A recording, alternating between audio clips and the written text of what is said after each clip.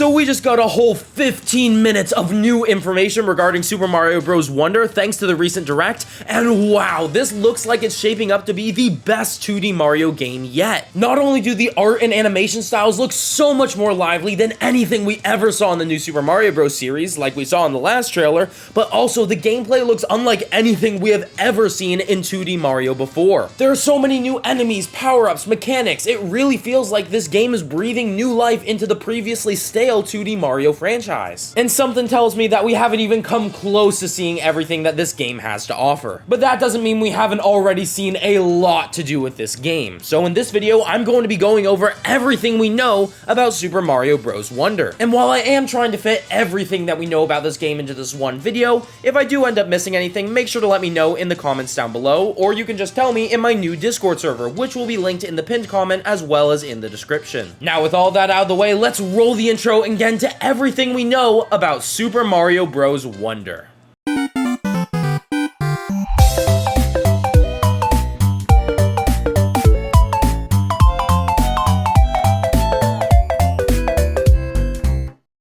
And the first thing I'd like to talk about is the cast of playable characters, and oh boy, there are a lot of them. Other than just Mario, you of course have Luigi, as well as Peach and Daisy, who we knew about from the previous trailer. We also already knew Yellow Toad would be in the game, but thankfully it is now confirmed that Blue Toad is here, which I'm sure a lot of people, including myself, are very happy about. Toadette also returns from New Super Mario Bros. U Deluxe, as well as Super Mario Maker 2, which is a very nice inclusion in my opinion. None of these characters have any special abilities, and they all control exactly the same, which in my opinion is a positive. That way you're able to just play as your favorite character without worrying which one actually has the best moveset. The two characters that play differently, however, are Nabbit and Yoshi. The only thing different about Nabbit is that he doesn't take damage, although he will still die if he falls into a pit or into lava. That applies to Yoshi as well, however, Yoshi does actually have a bit of a different moveset from all the other characters. He of course has his signature flutter jump, as well as the ability to use his tongue to eat different enemies and objects and spit them out as projectiles. In co-op, other players can ride him as a mount as well, even if that player is also playing as Yoshi, or even if you're in elephant form, which honestly makes me feel a little bit bad for Yoshi. But now let's get into why all these characters are even here in the first place by talking about this game's story and gameplay. The cast of playable characters, all of whom we've already talked about, were all invited to the Flower Kingdom, the home of the Poplins, by Prince Florian, who's a little caterpillar guy who is presumably the ruler of the Flower Kingdom. It's never clearly stated why they've been brought to the Flower Kingdom, however, if I had to guess, given they're all gathered around a Wonder Flower in the trailer, it's possible that the Wonder Flowers are actually a new discovery that the inhabitants of the Flower Kingdom have made, and they wanted to share that discovery with the inhabitants of the Mushroom Kingdom. This would also make sense as to why Bowser's only just now going after the Wonder Flower instead of at any point during all of the other Mario games. If it has such immense power, you'd think Bowser would want it as soon as he could get it, unless nobody knew about it until the events of this game. I know I'm probably looking way too far into this for the story of a Mario game, but let me have my fun. When Bowser touches the Wonder Flower, he actually merges with Prince Florian's castle. So what we assumed was Bowser's airship in the last trailer was actually Bowser himself. He also now has the power to sprout giant piranha plants from the ground, which I'm just going to be calling Wonder Piranha Plants because that's the easiest name I could think of. He turns the homes of the Poplins into prisons for them and presumably spreads his army across the Flower Kingdom. Otherwise, how would they appear in the levels later in the game? We also see him place a Wonder Piranha Plant on one of the level icons, which I'm assuming you have to defeat before you defeat the actual boss of each world. So after I recorded this part of the video, I realized that the Wonder Piranha Plant on this level is just indicating that this level requires a certain amount of Wonder Seeds in order to unlock it, as you can see in this clip that I just have looping as I'm talking about this. So anything I say about the Wonder Piranha Plant, just attribute it to the boss of this world. It's likely that either defeating this Piranha Plant or defeating the main boss of the world will grant you a large Wonder Seed, which can be used to destroy one of the large Wonder Piranha Plants that are surrounding Bowser. At least I assume that's what's happening in this clip. We don't actually get to see the Wonder Piranha Plant explode, however it looks like it's about to do just that. The large Wonder Seeds are of course variations of the normal Wonder Seeds, which are some of the game's collectibles. There are 2 Wonder Seeds per every level. One you get while you're in Wonder Mode, and don't worry, we'll get to what that is later if you don't know, and the other one is given to you by a Poplin after you rescue them at the end of each level. There are also 3 large flower coins that you're able to collect per level, which are worth 10 normal flower coins. Flower coins can be used to buy various things at Poplin shops that appear throughout the world map, such as 1-ups as well as a few other collectibles that we'll talk about more in later segments of this video. And speaking of the world map, the style of the world map in this game is kind of a combination of that of the previous 2D Mario games, as well as with Super Mario 3D World. There are linear paths that take you to most of the levels, however there are also open areas where you're able to freely roam the world map, and you're able to jump into any level that's in that area in whichever order you want. Once you beat levels, you're also able to quickly access them again from a level select menu, which personally I am super appreciative of. It's always been a little bit of a pain going back throughout the entire world map to find any specific level. The way the different worlds work in this game also seems to be a little bit strange. There are 6 main worlds apparently, however those all surround the Petal Isles, which I'm assuming will be sort of a 7th world, because we do get to see it does have its own levels. The worlds that we actually get names for are World 1, Pipe Rock Plateau, World 2, Fluff Puff Peaks, World 3, Shining Falls, and of course the Petal Isles themselves. Worlds 4, 5, and 6 we don't get names for, however we do get to see what types of levels will be in those worlds. World 4 is a white sand desert, which personally I absolutely love the aesthetic of, mainly just because it's nice to see a change from the standard desert aesthetic that we've seen in all the desert worlds in previous 2D Mario games. World 5, however, in my opinion, is probably the best looking of all the worlds we've seen, as it's a dark, eerie mushroom forest, but it also has this bright green glowing goop towards the bottom of the level, which is likely replacing the poison from the more traditional forest levels. The contrast between the dark environment and the bright green goop just looks absolutely phenomenal in my opinion, and I can't wait to see more levels from this world. And World 6, of course, is the lava world. You can't have a 2D Mario game without one. However, I will say it's a little bit strange to me that World 6 is a lava world,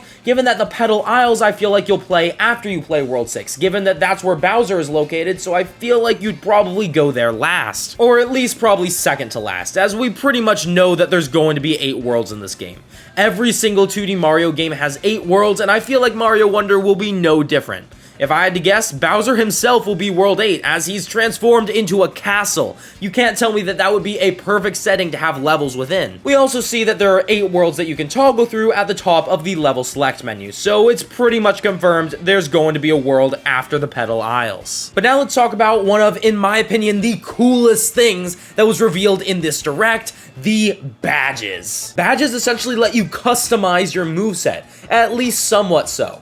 You see, you can have one badge equipped at any one time, and that badge will change the way you play in some way. There are 3 types of badges. Action badges, which will add something to your moveset, boost badges, which essentially just change something about the way you and the game interact, and a 3rd type of badge that we don't have a name for yet, though if I had to guess, I'd say that it gives you some kind of passive ability, as we have already seen 2 badges from this category. The first of the badges that were shown off in the trailer is the Parachute Cap, which is an action badge. The Parachute Cap, as the name implies, allows you to turn your cap into a parachute, which makes you fall slower, as well as have the ability to glide. After that, there's the Wall Climb Jump, which is another action badge that allows you to wall jump vertically, which I feel like will be pretty useful in getting onto some high ledges. After that, there's the Dolphin Kick, which allows you to, while you're underwater, break blocks more easily as well as just move faster, which is much appreciated, and it'll go a long way in making water levels a lot more bearable. There's also the Crouching High Jump, which is another action badge, and also acts as a reference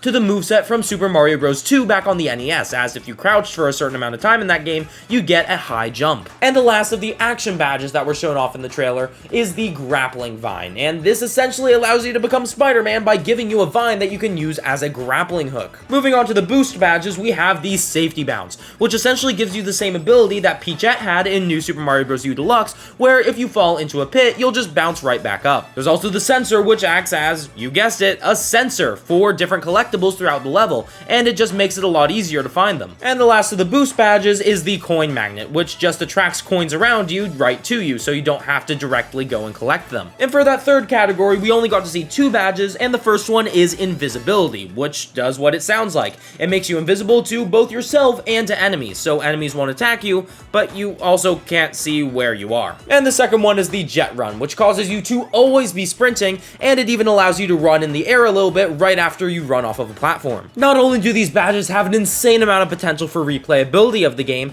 but they also add a freshness to the 2D Mario moveset, which is something the franchise has been desperately needing. You're also able to change the badge you have equipped if you die in a level, or if you're going into a different level. So if you die and you want to try the level out with a different badge to see if it makes it easier, then you're able to do that, which I think is just a really nice gameplay choice. You're able to get badges either by doing special badge challenge stages, or you're able to just buy them in Poplin shops. I seriously can't wait until this game comes out and we get to see what the rest of the badges are, because all the ones that we got shown in this direct look super cool. But now let's move into one of the most important aspects of any Mario game, and that of course is the power-ups. Now we already knew that the Super Mushroom, Fire Flower, and Starman are all returning in this game. However, what we didn't know before this direct is that there are 3 new power-ups that are coming to Mario Wonder. The first of which was teased at the end of the last trailer, is the Elephant Fruit. This power-up turns you into, and you never would have guessed it, an elephant, and you're able to use your trunk to attack enemies, deflect projectiles, as well as break blocks from the side. If you jump into blocks from below, you now have the ability to break multiple of them,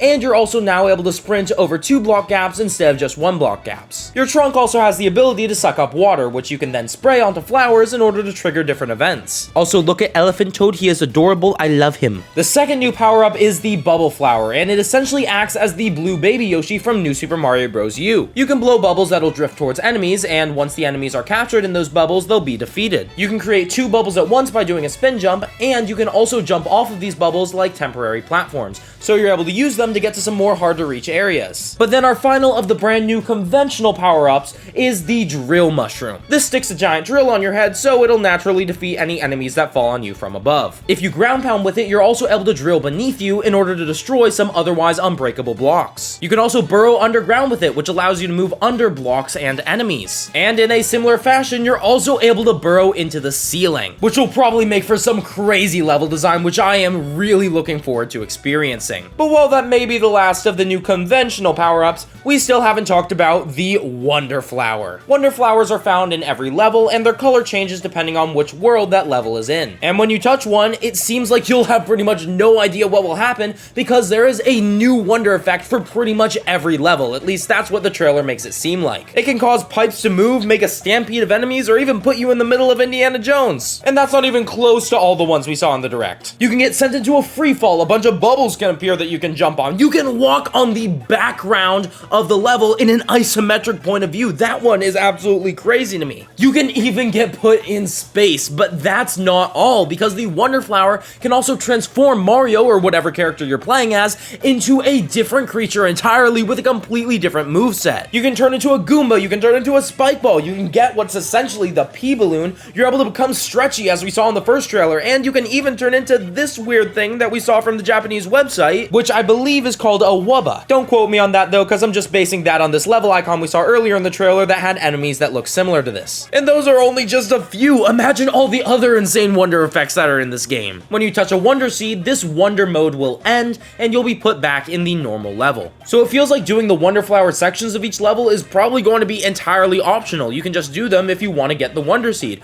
which in my opinion is pretty nice. If you don't want to do a specific Wonder Flower section, you don't have to. One other small thing to note about Wonder mode is that flower coin shards will appear, which are worth decimal point values of normal flower coins. I would assume that once you get enough of these, they equal a full flower coin, and they add to your flower coin count for you to use at Poplin shops. However, that part is mainly just speculation. They could be an entirely different resource that you use for completely different things. But not only does Mario Wonder have all these new crazy gameplay mechanics with the Wonder Flower, but it also has a bunch of brand new enemies. We of course already know that Goombas, Koopa Troopas, Boos, and Lakitus are all returning, which I don't think is any surprise to anyone, given that they're in pretty much almost every single 2D Mario game. What's interesting here are the new enemies, and let's start off with the ones that were highlighted in the trailer. Hobby Cats will copy the player's jumps, so essentially whenever you jump, they will as well. This is very similar to how the skip squeaks worked in the Super Mario 3D World style of Super Mario Maker 2. And I specify the Mario Maker 2 version because they actually don't work like that at all in 3D World, and instead in that game they jump at predetermined intervals. It looks like these guys will be used for some pretty cool platforming puzzles as well. As you can see in this clip, they're used as somewhat of a projectile. Next up, we have melon piranha plants, which spit out what look to be watermelon seeds that you're able to jump on. It is possible that these could also damage you if you get hit by them from the side,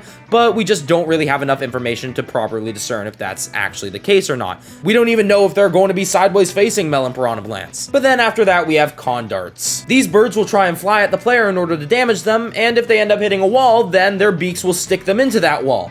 They're also able to break bricks on their way to the player, so they could be used to unlock some areas that you couldn't get to otherwise. Conks are a new type of thwomp variant, and they're able to plow through goop while other enemies would be slowed down by it. Mumsies are mummies that have a lot of wrapping, and if you position yourself correctly, you could grab the end of that wrapping and unravel them until they become beheaded and then disappear. And yeah, I'm not joking about that. For a few frames of their animation before they disappear, they just have no head. And the last of the named enemies is the Maw, which will run after things with its mouth agape and inhale and eat anything that it comes in contact with. But now, moving on to the enemies that weren't highlighted in the trailer, let's first go over the ones that we already have seen in previous Mario games. Goombrats make their return, as well as fire piranha plants, and by the way, I'm personally really happy that they're deciding to stick to the 3D World design of the fire piranha plants instead of the new Super Mario Bros. Design, because the new Super Mario Bros. Design was literally just a regular piranha plant that spit out fire. There are also wigglers, bone goombas, burners, buzzy beetles, cheep cheeps, dry bones, fire bars, hammer bros, hotheads, paratroopas, lava bubbles, also known as potaboos, regular piranha plants, pokies, spinies, spikes, and thwomps. So yeah, we've seen a lot of returning enemies that are going to be in this game, but we've actually seen even more of brand new enemies that are going to be here. And a huge thanks to the Mario Wiki for compiling all these enemies together, and all the ones that we already know the names of, because it would have been a huge pain to go through this trailer and find all of the brand new enemies that we saw. First off, we have the anglefish, which is basically like a triangle cheep cheep that will jump out of water and attack the player. After that, we have the blooms, which are basically giant fish balloons. And then we also have the bulrushes, who run at you in stampedes. Hopos are the large spherical hippos that we saw in the first trailer. And then we also have roller koopas, which, as the name implies, are Koopa Troopas on roller skates. Roombas are kind of like the Boulders from Super Mario 3D World. And then there are also skedaddlers, which look to be just squirrels that run away from you. Wubbas are basically just a green blob. And then we also have the fire spike, which is like a normal spike, but instead of throwing spike balls, they throw fire. And for the rest of the new enemies, we don't have the names of them yet. The first one is something that looks kind of like a Sledge Bro, except they can push things, so I'm just going to call it a Push Bro. We see him pushing a pipe in both this trailer as well as the previous one. There's a new Bullet Bill variant, which looks basically like a long and thin bullet bill, and there are also these new kinds of Bitty Buds that have a weird sort of mushroom thing on top of them that when they're defeated, that will knock over and it'll defeat any of the other Bitty Buds that are surrounding them. There are these stacked guys that look like they're pieces of bamboo, and there are also these little creatures that kick ice blocks towards you. And then, this is one of my favorites, there are these enemies that look like corn kernels, and if they get hit by anything that's fire-based, then they turn into popcorn, which I just think is a super cool concept. There are these spiky guys that we actually see a few times in the trailer, and then also this evil thundercloud enemy. There's a new snail enemy, which acts kind of like a Koopa, as you're able to jump on it in order to remove its shell, and then you can kick that shell in order to defeat it. And there's this weird swarm of spiky enemies, which kind of reminds me of the Fuzzies. There's also this evil door, which will surely make ghost houses a bit more interesting, and there's also this bird enemy, which shoots its beak at you.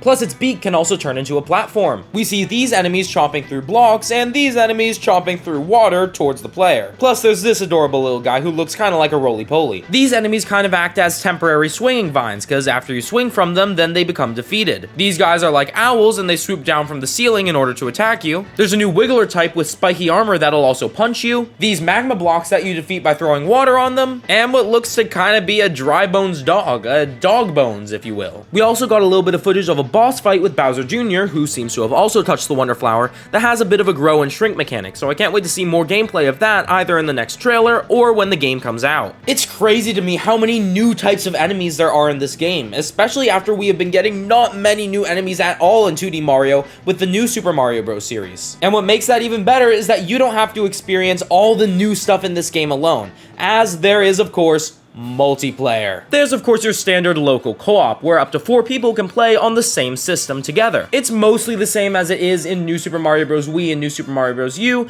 with a few small changes. First of all, players can no longer jump on each other's heads or pick each other up, and while a lot of people may have really liked this feature in the New Super Mario Bros. Games, personally I'm kinda happy it's gone. Sure, it was a fun way to mess around with your friends, however it did end up compromising the level design, as the levels had to be designed around this feature, as there had to be room for everyone to bounce off of each other or throw each other all over the place. The other change is that if you're in co-op mode and you die, you won't lose a life and you won't be put in a bubble. Instead, you'll become a ghost, and if another player touches you within 5 seconds, then you won't end up losing a life and you'll be put right back into the level. But that's all local co-op, so now let's talk about the online features. When you connect online, you'll see live player shadows of other players on the world map and in levels, which are real-time projections of what other players around the world are doing in the game. Similar to co-op play, if you die while online, you're also able to run into a live player shadow, and you'll get revived without losing a life. Through your live player shadow, you're also able to send emotes and share items with other players around the world. And you can also place standees, which if other players die, they can run into them and revive themselves, similar to if they ran into you or another live player shadow. All of these things will contribute to your heart points, which basically just quantifies how much you've helped other players online. It's never said whether these points are actually used for anything, but I wouldn't be surprised if you could use them at some sort of special Poplin shop. Outside of this random online, you're also able to create friend rooms where you're able to play with your friends. There's a maximum of 12 friends you can invite to a room, and you're able to see them on the world map as well as whichever level they're in. You're also able to have a maximum of 4 players playing together in the same level. This works basically the exact same as local co-op, except you won't be able to ride the Yoshis. Additionally, if everyone hits the race block at the start of a level, then you'll all race through the level and try to get the fastest time, which in my opinion is just a really fun mode, and I'm glad they added it. I've seen a lot of complaints that it's not technically full online co-op, but in my opinion, it's close enough, especially in the friend rooms. It's basically the same as local co-op, except you can't ride the Yoshis, which is not going to happen all too often, given that the Yoshis are one of the game's easy modes. And this may be a hot take, but honestly, I think the online system that they've implemented in this game is a lot better than the standard online co-op that they did for games like Super Mario 3D World. But what do you all think? Do you think I'm crazy for thinking the online is actually good in this game and it's actually the worst online Nintendo has ever implemented in any game ever? Make sure to let me know down in the comments below. And if you liked the video, then why don't you press the like button? I mean, if you got this far in the video, you probably did like it. And while you're down there, if you want to see more content like this, make sure to subscribe so you get notified whenever I upload more videos. Make sure to join the BlockStop Discord, and with all that out of the way, thank you all for watching. I'm Jacob with the Game Block, signing off.